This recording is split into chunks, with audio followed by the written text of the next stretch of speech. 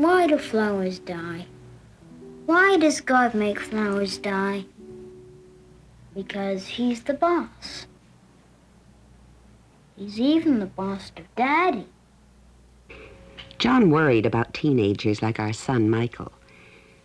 He was sure that if he himself had been pressured academically and catered to commercially, as kids are today, that he'd never have developed into an artist. John had a simple formula for raising teenagers. Teach them, ignore them, and enjoy them. Mostly enjoy them.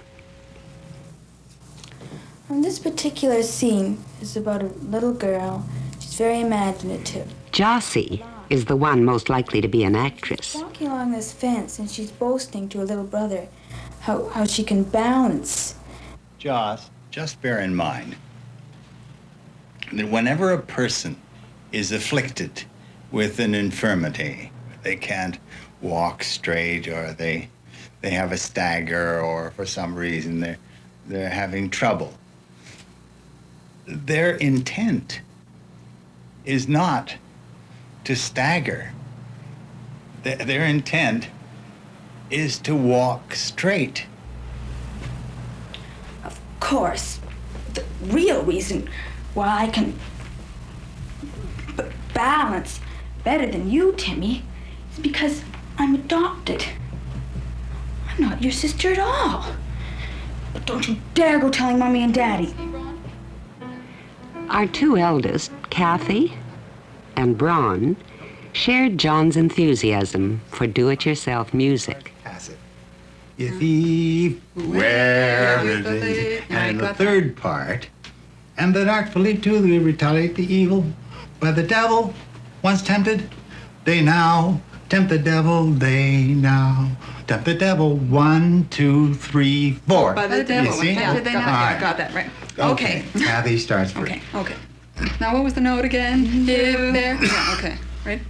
If Eve in her innocence could not be swayed, because going naked she was unafraid. Going naked, naked, naked, naked, because going naked she was unafraid. If Eve in her innocence could not be swayed, because going naked she was unafraid. Going naked as ladies now dress, as ladies naked now dress, naked. That again they grow innocent, that again they grow innocent, sure feel unashamed, and that oftenly do they regret. The ladies now dress, because going naked, and the devil as ladies now dress, the devil going naked, as ladies now dress, naked, as ladies now dress, that they now, naked, that again they grow innocent, but again they grow innocent,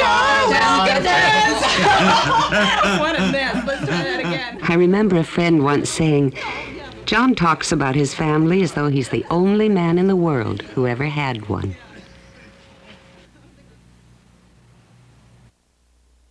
When Andrew Allen came out of the West and brought with him all the Lochinvars of the West to really put Canadian radio on a level higher than was attained by any other radio system in the world.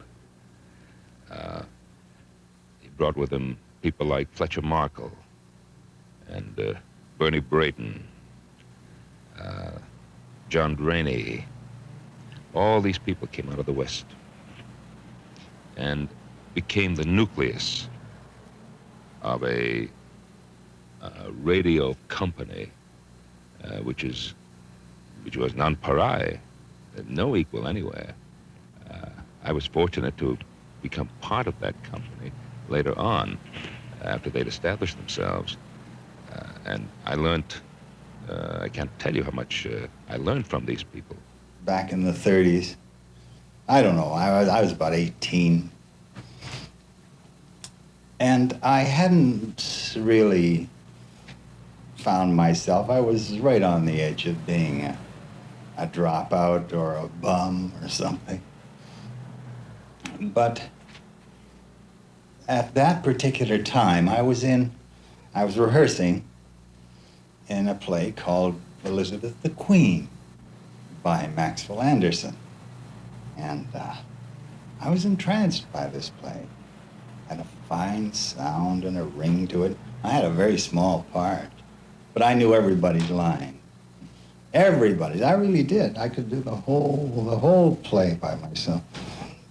So I heard I was walking home at 3 o'clock in the morning, this quiet neighborhood. God knows how many people I woke up saying these lines out loud in a ringing voice. And suddenly it was as if I was seized by the Furies. I was in a paroxysm, held in thrall. I realized that there was something here, and it was the power of the spoken word, and the power of the spoken word as it could come out of me. And this was the great Gestalt. And I knew from then on that this was what I wanted to do. The CBC was doing its share, putting on all sorts of shows, but the private stations were putting on a lot of shows, dramas, comedy shows, musical shows. This is where I was a staff announcer in CJOR. We did epics in the days of CJOR, which was a small private station in Vancouver. And he was the principal player in Peter Ibbotson. It was the first time I worked with a professional. And I knew I was working with a professional for the first time. And this is where I first worked with Alan Young.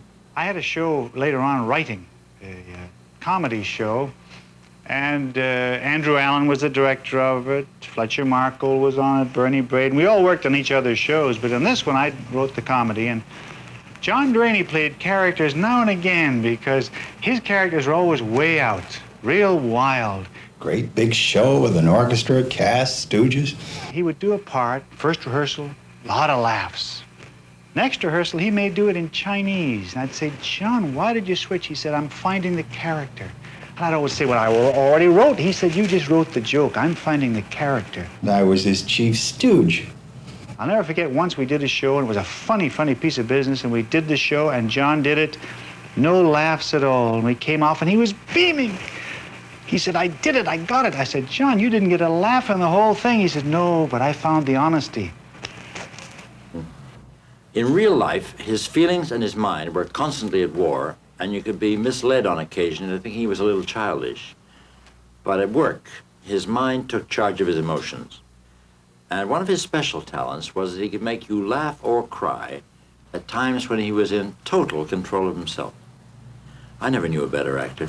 We were all a sort of Western gentleman group about ready to descend upon Toronto. When I first met John, it was in 1946 when I had just been transferred to Toronto. We were doing a play that was called 40 Million People, and it was about an imaginary bombing of Toronto. Miss Alice Frick had helped me to cast the show because I had arrived in Toronto the day before.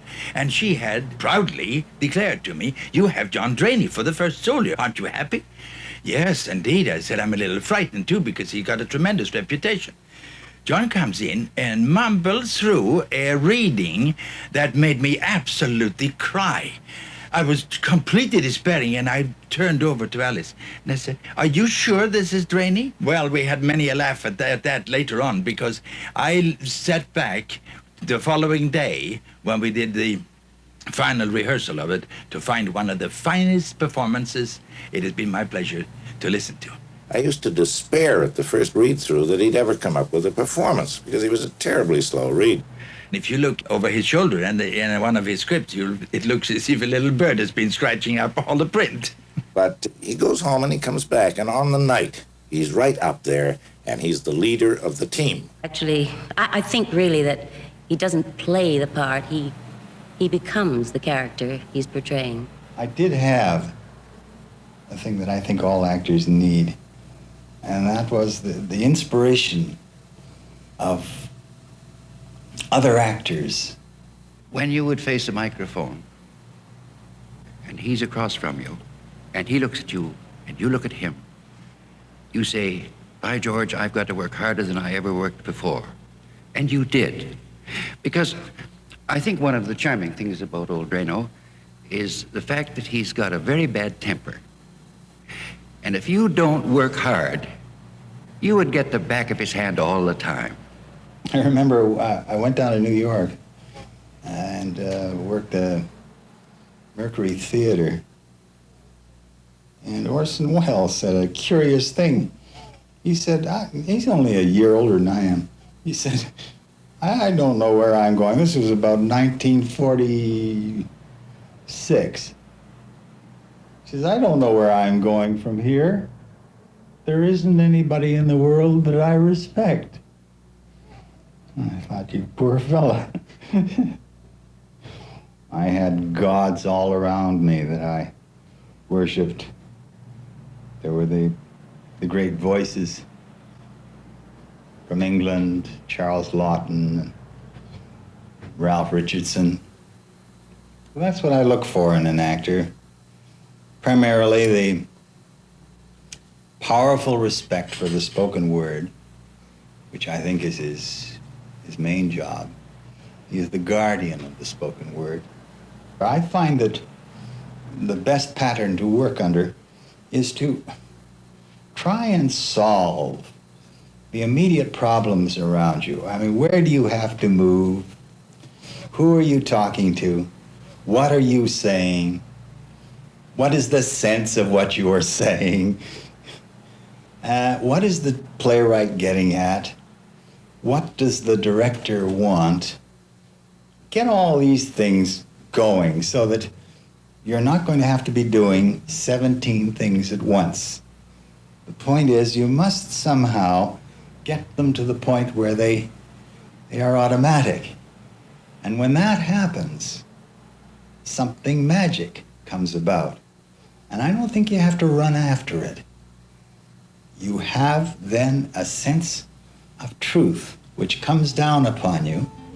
And as Stanislavski says, the gates of inspiration gently open. And that is the moment of the actor's seizing upon his inspiration. I think this is the way you do it. You do it as a tradesman, by solving all the problems first.